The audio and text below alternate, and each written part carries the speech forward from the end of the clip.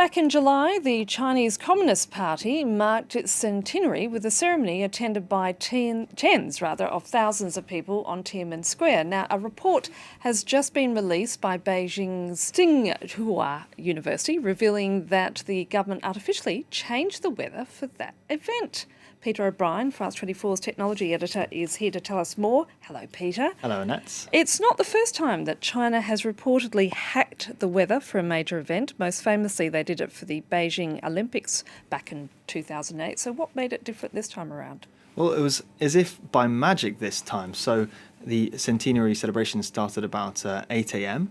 and it was overcast conditions at the time. And then shortly after the event, the rain just started chucking it down. It was as if the weather was as perfectly choreographed as the event itself.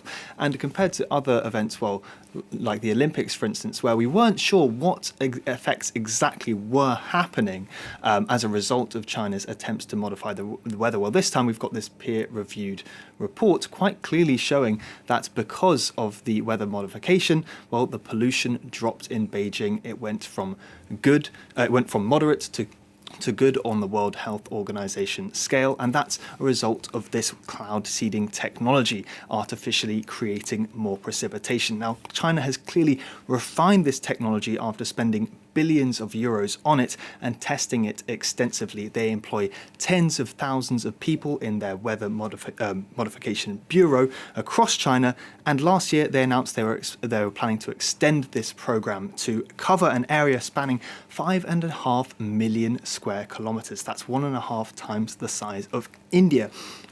The idea is not just then to reduce smog to make pretty pictures for events in big cities, but to help rural areas fight droughts, preventing hail, destroying crops, and even stopping wildfires and dust storms. Now, rainmaking is no longer just for wizards or various other people who have so-called special skills.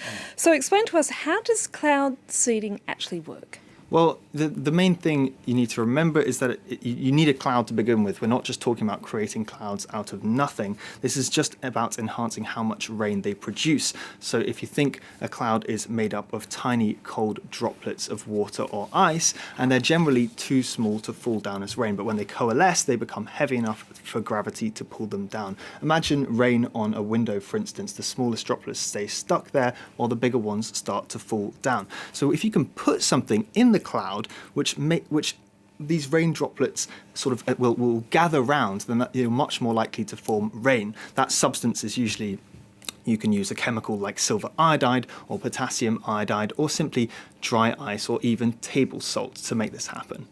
And how do they get those chemicals up into the sky? Is it with a plane? Well, of course, planes are used. Traditionally, you can use flares attached to the back of planes like this one here, which will release these chemicals into the clouds directly, or you can use dispersers on the ground if the weather conditions are right. China, though, prefers to use rockets. So it fires shells full of silver iodide into the air, which then explode in the clouds and create rain. One day before the anniversary celebrations, in fact, in the mountains southwest of Beijing, one source told the South China Morning Post that it was almost like a war zone because there were so many shells flying into the air. But it gets stranger. Sometimes you don't even need chemicals at all. This year, the United Arab Emirates, which of course needs all the rain it can get, started using drones equipped with electric shock devices. These fly into the clouds and release a burst of electricity, kind of jolting these water droplets together to form rain.